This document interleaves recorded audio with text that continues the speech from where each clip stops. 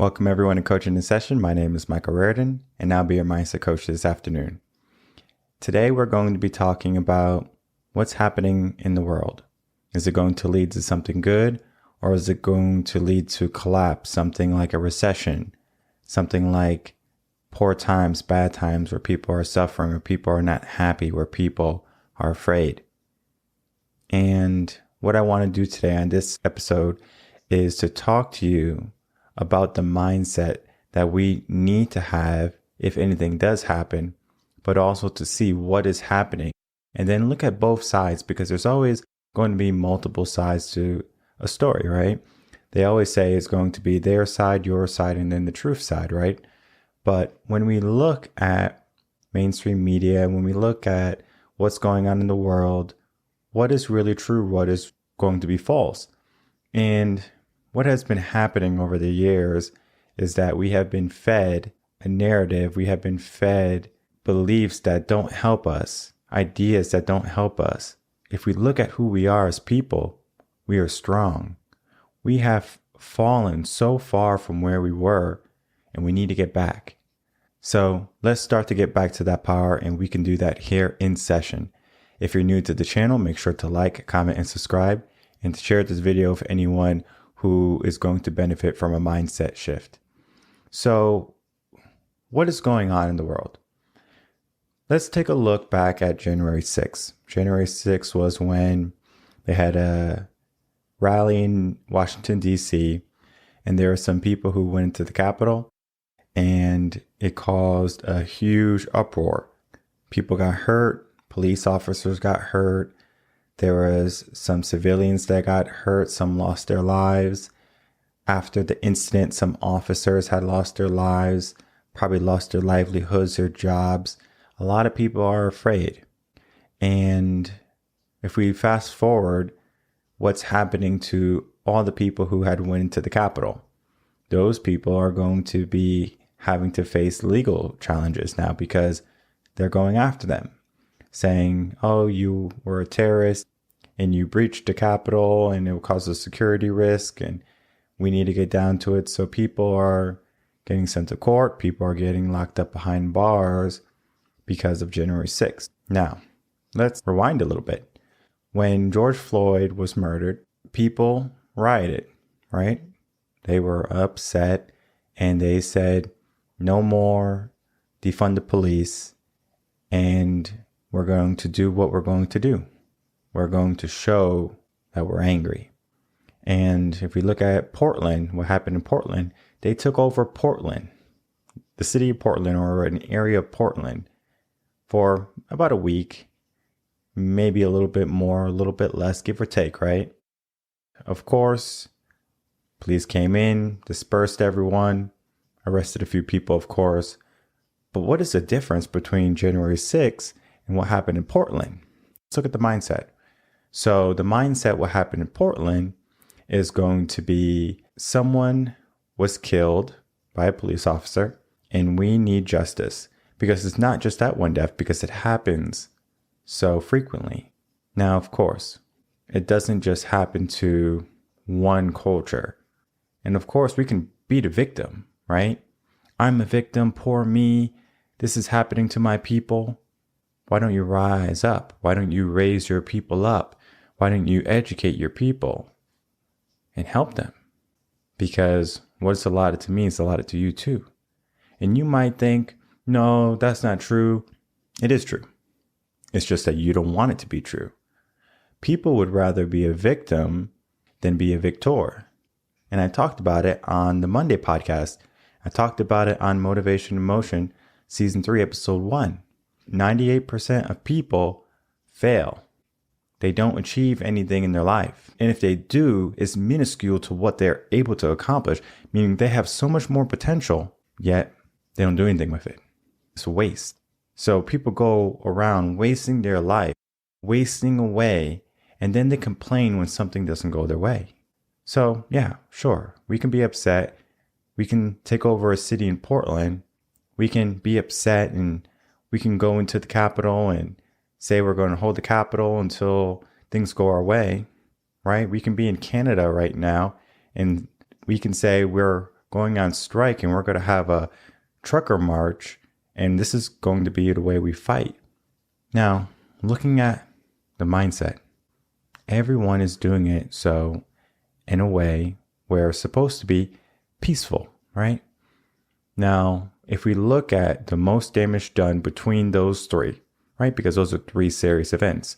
January 6th, George Floyd's riot, Portland, and then we have the Canada Truckers March. Now, which has caused more mayhem, more destruction, more harm, more fear? Maybe not fear, because I'm going to talk about that in a second. More destruction, more harm is going to be the George Floyd riots. There was no camaraderie. I was down there. I was in Austin when they blocked the highway. People were stopping regular folks who were going to their jobs to make a living for their family. And they're upset at the police. Okay, I understand that. You could be upset. But why stop regular people from living their life because you're upset? And people protested in front of the police station, rightfully so, right? But there's a big difference between stopping regular folks from living their life and then for you protesting peacefully. Because there was more fights during George Floyd riots. There were people getting hurt, mugged, robberies, looting. It was there. Now, January 6th happens. Of course, there's going to be disorderly conduct. There's going to be people doing the wrong things, people breaking into areas that they shouldn't have. And of course, there's going to be repercussions for that. You just don't walk into someone's home, look through their stuff and think everything's going to be okay, especially if it's on camera. So that's said and done. But then we look at Canada. We have a peaceful trucker march, right? They are protesting the mandate and they just don't want to have to take any substance that's not mandatory in their eyes because, especially for truckers, right? Because they're by themselves most of the day. And of course, they have to maybe go in, do a delivery, things like that. But why mandate that for them? And of course, we can say, my body, my choice, all we want when we take away abortion from women. But when it comes to putting something in our body that the government tells us we need, guess what happened? Oh, no, you have to listen to the government. The government's right. They know what's best for you. So the government knows what is best for us, yet they don't tell us in our school to start investing at a young age. But when the government tells us to do something, we are front and center. What do you need, master? Because we're so willing to do what they say because somewhere in our mind, we put the government as leaders, as the authority, and we have to listen to the authority. We have to listen to the man. We have to listen to someone else's ideals for my life, for your life. And how is that going to be helpful? Because if we look at who runs the schools, who makes the curriculum, last time I checked, there was no investing classes. Last time I checked, schools are still not teaching children to balance a checkbook or about investing in stocks. It's not part of the agenda because wealth is not part of your agenda. They want you to work. Maybe if you work hard and be nice, guess what? Maybe you can buy a house with a white picket fence and you can afford a family. But the way inflation is going up through the roof, you're not going to be able to afford anything. Yet, they tell you to stay inside. They say, mask up. Be careful. Don't see your family. You just abide by their wishes, by their demands, by their desires to keep you down, to keep you complacent. But there's ways where you can grow right now, today, and not allow those limiting beliefs that you have become accustomed to throughout the years of your education. Start to shed them. You don't need them. And I have people coming to me trying to get rid of those limiting beliefs. That is what I'm fighting. You have something in your mind that's stopping you from being more than what you are right now. There's no ifs, ands, or buts about it. Because if you don't have the life that you want, it's because you're not able to get it because your mind is stopping you. And you have beliefs that are not conducive to you reaching success. And then, of course, you might reach success. You might have some success, but then you have a belief that's not going to help you in the long run. Look at cancel culture, for example. What's happening there? CNN is losing reporters and they just lost their president, all because of a scandal. And if we look at their ratings, not that great, especially compared to last year. Because last year they had the C word. And guess what happened? People were afraid. People needed to understand what was going on. So people flocked to this. And then, of course, all this misinformation stuff started to happen. Where's cancel culture? Canceling Dave Chappelle, canceling Alex Jones, canceling Joe Rogan. Doesn't matter who they cancel, because if someone doesn't operate in the bounds of you're not being a good boy and listening to what we say, guess what daddy's going to do?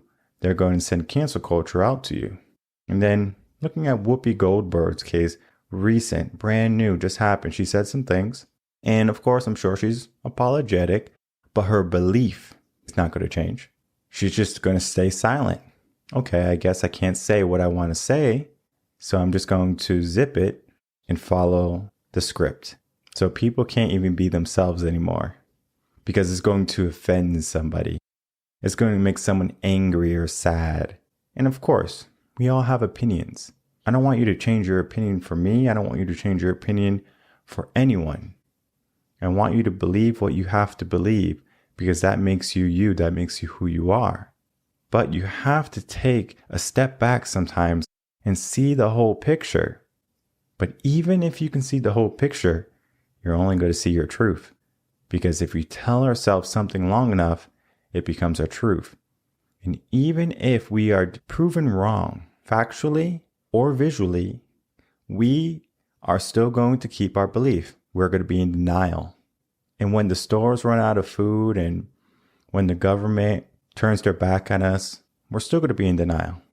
Oh, things are going to be okay. And I have faith. I'm optimistic. And if we look at the economy, we're going downhill again, even more. In January, we just lost 500,000 jobs. Now, of course, we gained some jobs too, right? We're going to gain jobs. Businesses are opening, right? People are going to be optimistic. Let's see what 2022 is going to bring. Our New Year's resolution are still in gear. We're trying to get to who we need to be. Now, it's difficult to say that these 500,000 jobs are going to be a detriment because there's a labor shortage. So there's already people struggling to find work. And then I know people who are looking for work. It's almost like a 50-50 thing where people don't want to work for less, minimum wage, things like that. So now people are getting $16 minimum per hour because that is now the standard. And it doesn't matter about the minimum wage. Inflation has gone up so much where people need at least $16 to be able to make ends meet because they have to pay their food, their rent, the gas to get to work, any things that they need for their life like clothes, toiletries, the necessities. Yet we're so worried about a podcast and we have to cancel certain people because they're spreading misinformation. And we urge people to go get a shot that they don't need. Well, what if someone said that if you get pregnant by a person and you don't want that baby, you're not allowed to get an abortion. But my body, my choice. And we go back to that over and over again. It's not about the agenda anymore. It's about your belief, your opinion.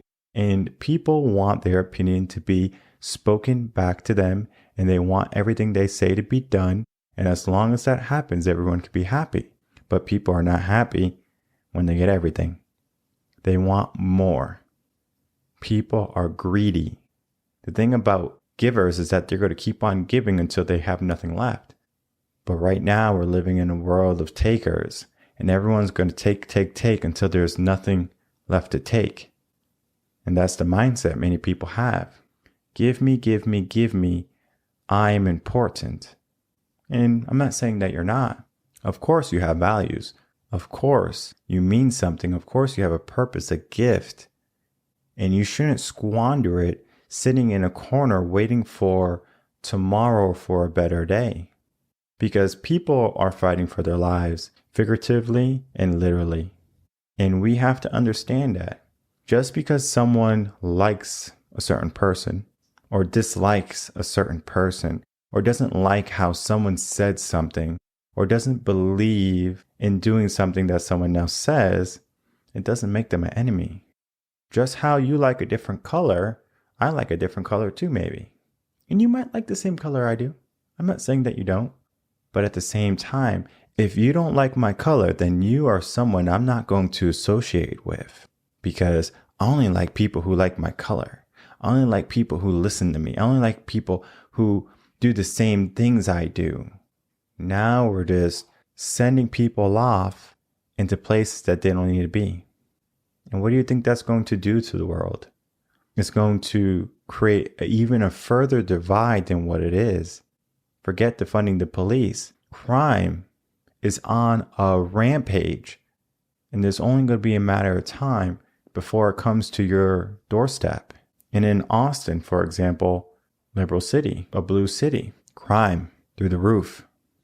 They don't have enough police force. And people know that. They're going to try to get away with things. And with everyone moving away from the blue states, New York, California, flooding, Florida, Arizona, Texas, all of those places where freedom is still there. You have to wonder, why don't people from Florida or people from Texas who believe in the mandates and believe in the government, why don't they move over to New York or move over to California? Number one, they have freedom to be where they want, right? They have freedom to live the life that they want, yet they're not giving us the freedom to choose what we put in our body. It's just interesting. It's catch-22. They can make the rules, but they can break the rules. And then now we're left with the divide. And when people can't come together, it's going to create more friction. And that friction eventually is going to lead to a spark. And if the situation is right and all the elements are there, that spark is going to lead to a fire. And that's not what we want. We want to be able to switch our mindset to look at someone regardless of their color, regardless of their belief. And we can say, I know you have a different viewpoint. I know you have a different color. I know you have a different religion, but we're still people together. And then if you look at who we are as a nation, guess what? We're all on the same team. We're all Americans. We want to make sure our livelihood is going to be taken care of. Yet, we open up our borders, and it's only going to be a matter of time before we open up the north borders and all those Canadians who don't want the mandate come over to the United States. I wonder if they will be welcomed as much as our southern border friends have been welcomed. I can make a guess that that's not going to be the case because they want to know who they let in. They want to control everything the way they want. And the thing I don't like about certain people is that they try to control certain people that they shouldn't have control over. You have teachers, and we're going to talk about this next week, telling your kids how to be. You have schools forcing your children, wear a mask. If you're of age, you have to take a shot. And parents are all for it. Oh yeah, my child needs this in order to be safe. Yet you defund the police. And we're fighting a virus that's not going to cause much harm more than make you sick for 2 days. And of course, people get sick and people are going to pass away, both from that and the shot. And whether they have an underlying health issue or not, it gets counted as a death under the C word. And we have to understand that too. How many of those deaths are real? How many of those deaths are just there to make us afraid? Because fear is going to be the last component when everything falls. Because if we look at where we are right now, we're in the yellow zone. And that yellow zone is going to be that people are just not meshing well together. They don't know if to stop or they don't know if to go. So there's going to be some internal conflicts going on. And if we look at the economy now, everything is going downhill. Shelves are going to be struggling to stay filled. And then now people are going to be panic buying. So now there's not enough food to go around because people are hoarding. And then someone's not going to have anything. So they're going to panic. They're going to have fear. And they're going to look out for their family. They'll do anything they have to do, whether that be loot and steal or take from someone else, which is stealing. But then we have to look at the next thing. If we get that bad, stock market's going to crash because there's no food and people are in fear mode. I need to take my money out. They take their money out of the stock market. And now everything starts going downhill. And the government's going to hide this from you as long as they can. They're going to say everything's okay. We have more jobs coming. We have a record case of people recovering from whatever they recover from. And then now they have a plan. If the economy crashes, which it will, we have a war lined up. Russia and Ukraine is ready to go. Because we understand that a war is going to drive the economy. If we drive the economy, we can fix our recession. It's all planned out. But looking at the mindset, if they think this far ahead, why are you not looking that far ahead in your dreams and your goals? Most people are just making through the week. They might have a vacation lined up. They might have a date on the weekend. But it doesn't necessarily mean that you're doing things that are going to be impacting your future 5, 10, 15, 30 years from now. So if the collapse happens, what do you do? Do you just hope and pray and wait for Superman to come save you? Or do you start to take action now, work on yourself, become a leader, become someone who's going to make their own choices? And whether you get them from CNN, Fox News, InfoWars, doesn't matter. You make your choice, and then you understand this is my belief. And you can hold on to your beliefs as long as you want, whether they're really true or if they're actually false. So yeah, you get to decide how you want to live your life. But at the same time, you can't tell people how to live their life. You might say, well, why can't I tell people how to live their life? Do it. But no one's going to change for you. There's a reason why 98% of people don't achieve great things in their life. It's because they would rather choose complacency. They would rather choose mediocrity. They would rather choose sitting down and listening to mommy and daddy, listening to the government, listening to scientists that have been disproven again and again, that have been caught up in their lies, in deceit, all for $1, and all at the expense of you. They use you, they mistreat you, they manipulate you, and they have you right in their hands. And you have to break free. You have to break free of that hold, of that bondage, and set yourself free and find your own truth. And it could be their narrative still, but at the same time, understand if you're wrong, who do you believe next time?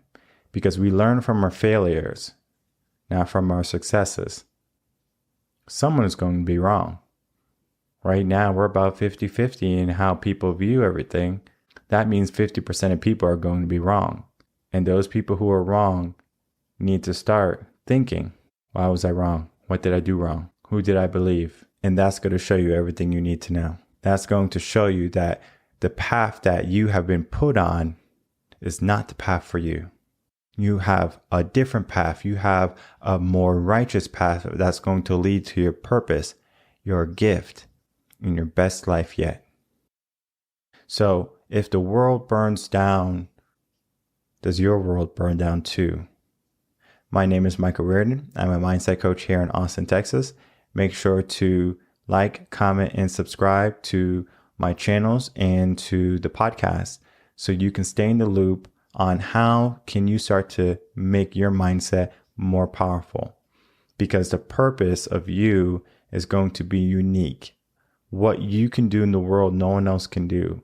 How you do it is going to be unique, and we need that type of creativity.